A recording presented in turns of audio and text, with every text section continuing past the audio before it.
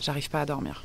Oui, moi, Bernard Madoff, je reconnais avoir sciemment menti à tous mes clients. C'est mon 3e podcast. Je leur faisais croire Je que dois vous rencontrer avez Fortuna gagné sans demain laisser à beaucoup 7h du mat. grâce à Je sens qu'elle va me faire la misère, le sourire aux lèvres. En réalité, Ça se voit je tellement n'ai que je suis une jamais gosse de vu riche. qu'il me confiait. Je sens que je vais encore essayer de me faire aimer et que ça va me foutre dans la merde. Les employés n'étaient au courant de ça. Je m'explique. J'ai grandi avec des femmes portugaises.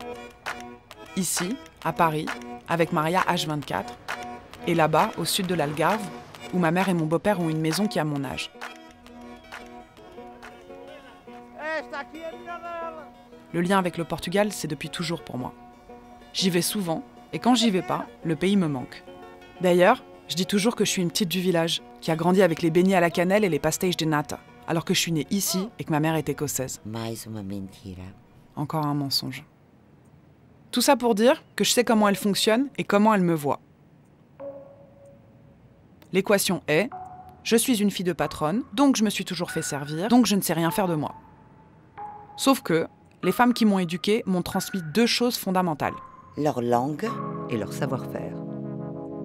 Ma mère est une bourgeoise, à cheval sur ses codes et son confort. Je les connais par cœur et les respecte. Être unique. Avoir de l'allure. Ne pas être qu'une belle plante. Être insolente. Avoir de la répartie. Être à l'heure. Maria avait aussi les siens. Soigner ses cheveux. Bien présenté. Avoir le sens du détail. Se souvenir des habitudes des unes et des autres. Être à l'écoute, mais surtout se faire entendre. Ne pas se faire marcher dessus. Faire du réseau. Avoir de l'autorité. S'imposer sans émasculer. La rigueur. Être inoubliable. Être irréprochable.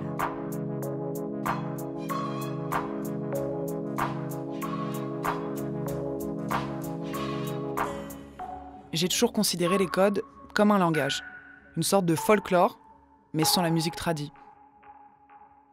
Les apprendre, ça m'a offert la possibilité de voyager partout où je voulais aller. D'ailleurs, je dis souvent, Du gâteau au ghetto. Et du ghetto au gâteau. au final, le pire, quel que soit le milieu d'où tu viens, c'est d'y rester bloqué. Ma mère et Maria, elles m'ont donné ça. Grâce à elles, j'ai été des 2 côtés. À la table des invités, avec changement d'assiette entre les plats. Dans la cuisine, à faire la vaisselle et manger les restes. C'est une histoire de place. J'ai longtemps cherché la mienne. Comme si elle devait être fixe et immuable. Quand j'ai compris que j'étais un peu là et aussi un peu ici, et surtout dans ma tête, j'ai accepté que je naviguerais entre plusieurs mondes toute ma vie. Merci d'écouter France Inter. Bienvenue à tous ceux qui nous rejoignent dans ce nouveau 5-7. Bon réveil, vous l'avez entendu, il est 6h.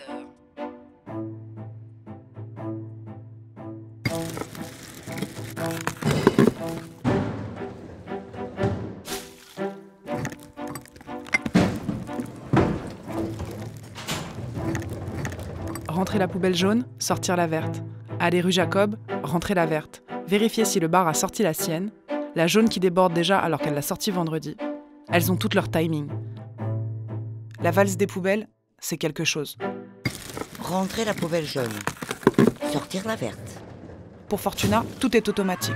Local poubelle, balai, seau pour les sols, aspiro pour escalier B. Les clés en trousseau, comme une matonne. Les codes qu'elle fait sans même regarder. J'imprime tous ses gestes.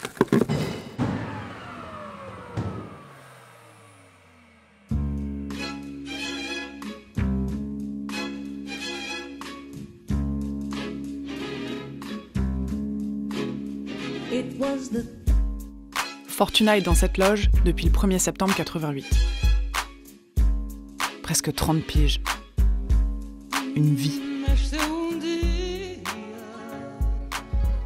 Fortuna.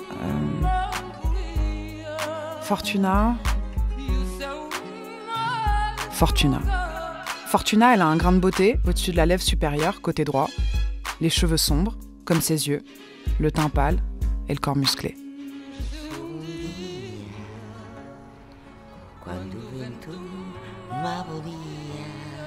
Elle a l'énergie de ces femmes portugaises qui parlent fort, même à voix basse. Elle clope à la fenêtre. Je la trouve hyper belle. Elle a la gueule de travers. Elle est asymétrique. Et ça, j'aime trop. Sa loge, Elle est étroite comme une boîte à chaussures, avec une grande fenêtre qui donne sur la cour. Devant cette fenêtre, il y a plein de plantes en pot. Ça lui permet de sniper le moindre mouvement de l'immeuble. C'est son écran de télé de taille réelle. La fille de Fortuna, Elisabeth, est là aussi. Elles partent au Portugal cet été pour régler des affaires de famille. Le mari de Fortuna, le père d'Elisabeth, est mort au mois de mars. Elles sont anesthésiées de douleur. Ça m'a tout de suite rappelé l'été où mon beau-père est mort. C'était un 5 juin, on était en miettes. Le souvenir est intact. Les premières heures, les premiers jours sont comme gravés. Alors que les autres souvenirs, eux, ils s'effacent petit à petit. Le son de sa voix, c'est le premier truc qui part. Il y a un avant et un après, et ça, tu peux rien y faire. Est-ce que je dois y mettre ? Pardon. Fortuna me scrute des ongles aux pieds. Elle m'envoie plein d'infos dans la tête. Elle gère cet immeuble, plus 2 autres. Un dans le 6 et un autre à Opéra. Elle fait des ménages dans des bureaux rue de Berry aussi. Je dis oui. Ok. À tout. Au final, ça fait quand même beaucoup de taf pour pas beaucoup de thunes. Mais bon, j'en ai besoin, donc je chipote pas. Et puis de toutes les façons, il n'y a rien à négocier. Oui. Elle me met en garde aussi. Ces belles filles. Madame de 5e, ne jamais donner son numéro de portable au syndic. Les Roms. Arroser mes plantes. Verrouiller tous les verrous.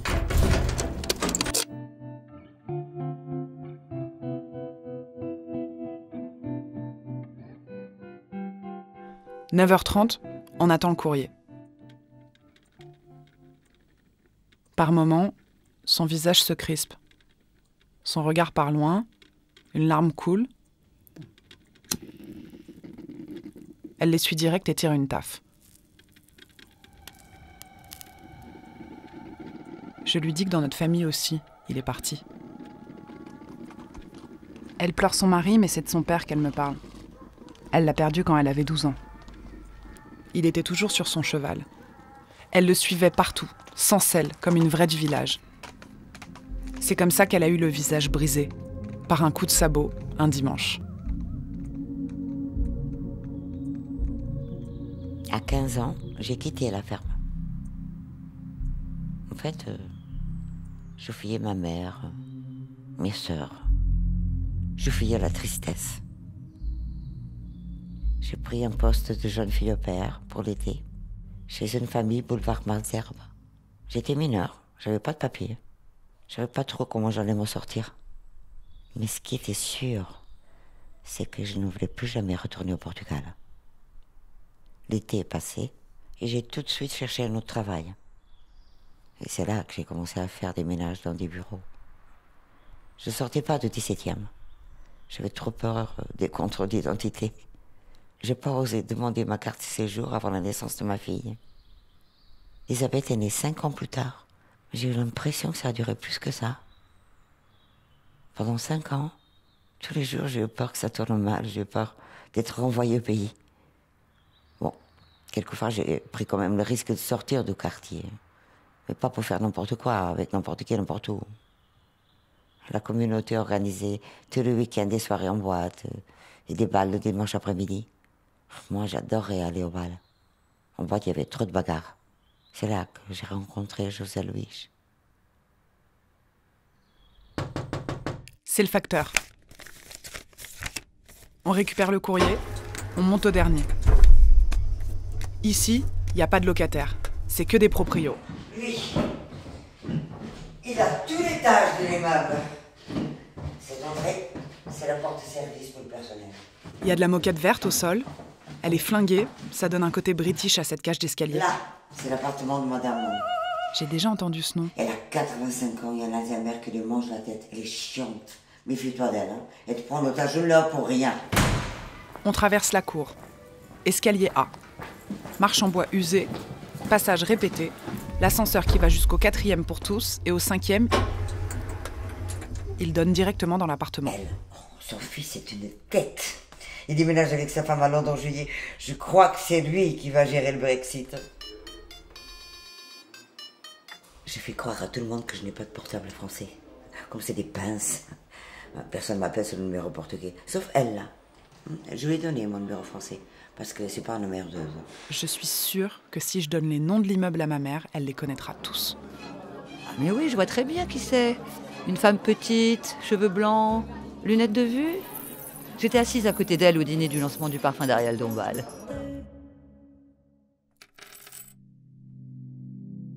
Il n'y a pas de sot métier. Je crois au pouvoir de l'argent quand il est bien gagné. Il n'y a pas de sot métier. Celui qui te tombe dans la main par filiation, c'est un poids. Il n'y a pas de sot métier. Ça, je me le dis dès que je suis en chien d'oseille. Dès que je commence à être trop hors cadre. Là, je mets les mains dedans et je vais chercher l'argent là où je le trouve. Meuf, franchement, pourquoi tu prends pas un CDI ? Un truc simple, un truc bien, un truc normal. Tu pourrais partir à Bali, à l'île de Ré, tu ferais le pont le 1er mai. Ah non, c'est vrai, toi tu préfères aller rapper à 14h dans une boîte de nuit à Rennes devant des gosses de 15 ans. Avec le rap au début, j'étais tellement mal à l'aise avec qui j'étais, mais je pouvais pas m'empêcher d'en faire. Je me mets quand même souvent dans des situations où je m'en prends plein la gueule. Comme la fois où du jour au lendemain, je suis devenue chroniqueuse dans la matinale d'une radio. Mary la reporter terre. Et elle était là, vous l'avez déjà entendu, on lui redit bonjour, c'est Mary. Salut Mary. Salut tout le monde. Bon, alors tu as 10 minutes, ou un quart d'heure, histoire de que je t'aime encore. Mais j'y connaissais rien. J'avais aucune idée de ce dans quoi je me lançais. Et comme avec ma musique, j'ai plongé la tête la première. Non, mais alors, sache que déjà, pour moi, c'est un grand jour, hein, comme vous le savez, parce que c'est mon dernier jour. C'est ton dernier jour de la saison. De la saison. Je suis back dans les bacs. Back in September. Back dans les bacs in September. En août même, parce que nous, c'est en août que ça recommence. Ouais. Sauf qu'à la fin de la saison, j'étais au fond. J'arrivais pas à remonter à la surface. Donc, j'ai voulu aller chercher des pépites sur des choses qui s'étaient passées en plateau pendant mes reportages. Alors, évidemment, ce qu'il y a de marrant, c'est que j'ai cherché des trucs, genre j'ai essayé de vous mettre mal, mais c'est moi qui prends cher à chaque fois. Je me sentais coulée, comme quelqu'un qui joue un rôle qui n'est pas le sien. Donc j'espère que ça va rééquilibrer la balance ce matin pour toi, Sofran, parce que là, je prends très cher. Il n'y a pas de sot métier.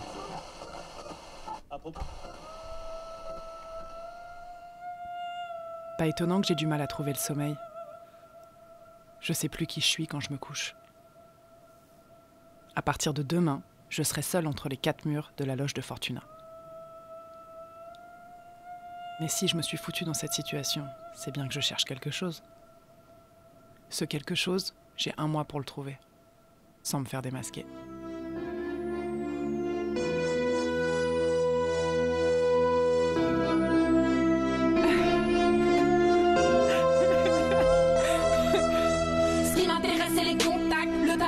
Le taf et tu jacques. La life est banale mais bancale. Je l'attrape, je la braque, je l'attaque et je m'arrache. Ce qui m'intéresse c'est les contacts. Le taf et tu jacques. La life est banale mais bancale. Je l'attrape, je la braque, je l'attaque et je m'arrache. Ce qui m'intéresse c'est les contacts. Le taf et tu jacques. La life est banale mais bancale. Je l'attrape, je la braque, je l'attaque et je m'arrache. Ce qui m'intéresse c'est les contacts. Le taf et le taf.